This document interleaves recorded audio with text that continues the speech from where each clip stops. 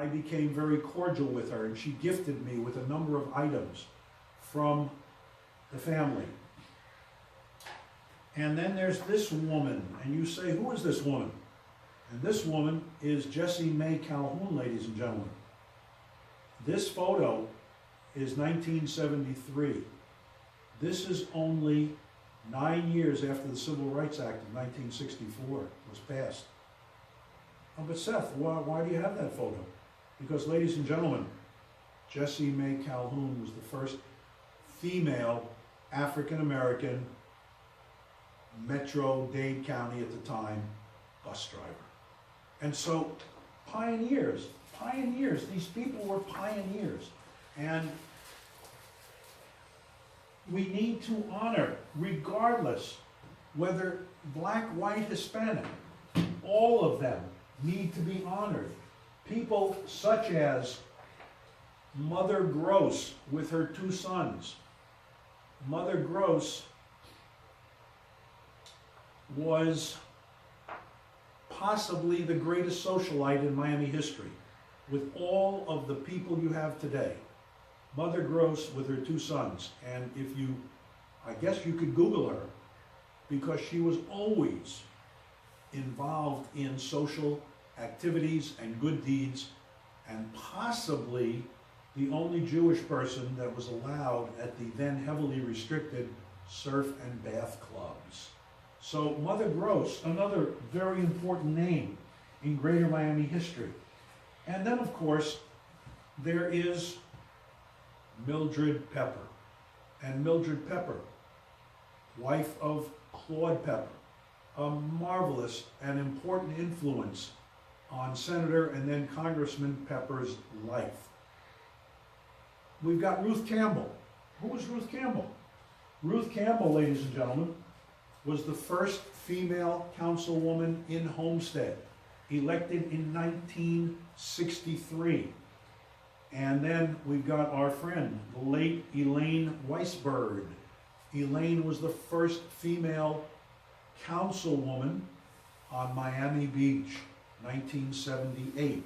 And so even though these events occurred later, they did occur. Now, I want you all to recognize and understand that, indeed, you know, you probably heard of something called cheesecake. Cheesecake refers to the beautiful women used as props to promote Miami Beach. But wait a minute. And you know, they were always in bathing suits and looking gorgeous, but it was more than that, because yes, we had the women in swimsuits who were there to help promote the city. But the promoters at the time realized and recognized that what was important was the promotion. And you'll notice that there's nothing in any way, shape, or form suggestive. This, to me, is the single greatest Florida promotional piece ever published. This by the Florida East Coast Railway. And notice that the girl in the bathing suit is standing next to the east coast of Florida. And she's gesturing to somebody.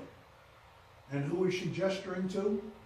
Her friend, to come out of the frozen north, in her furs, carrying her tennis racket, carrying her golf clubs. And then when you turn it over, wait a minute, this becomes even more important in regard to the importance of women. Ladies and gentlemen, there are 2 women flying this biplane, not men. And this great railroad, which is very much in existence today, which I have the honor, as our president of the railroad likes to say, Seth is #1, and everybody's looking at him when he introduces me. What does that mean? Seth is #1 in a field of 1, because I'm the only person in the country who bears the official title of company historian with an American railroad. And our railroad recognized how important women were in terms not just of promoting, but of life in Florida and along the East Coast. Now, time went on, as we keep saying. And as time went on, and you'll forgive me, I just got to put this back real quick. We had, and I am really upset with myself because I can't remember Ruth's last name. I'm having a junior moment. But this lovely lady in the middle between the couple, this lovely lady was the first female social director on Miami Beach. It had always been men's social. She was at the Sorrento Hotel, which is the first hotel south of the Fontainebleau. And I feel terrible, you know, as I say, I'm having a junior moment. But a wonderful lady who she also gifted us with her memorabilia. Now, finally, the great influence of so many graduates of our high schools going on to great things. The woman who graduated North Miami Beach High School, who's now the head of, I think it's Google, and I just can't remember her name right now, but be that as it may, one of the great names in business history coming out of Florida. And we don't have to talk about the men, that's not why we're here. We're talking about how important the women were. The women in entertainment. Kim Hunter, the great actress who was tarred by the McCarthy hearings and could not get work after that. One of the greatest actresses ever. She from Miami Beach. The great Judy Drucker.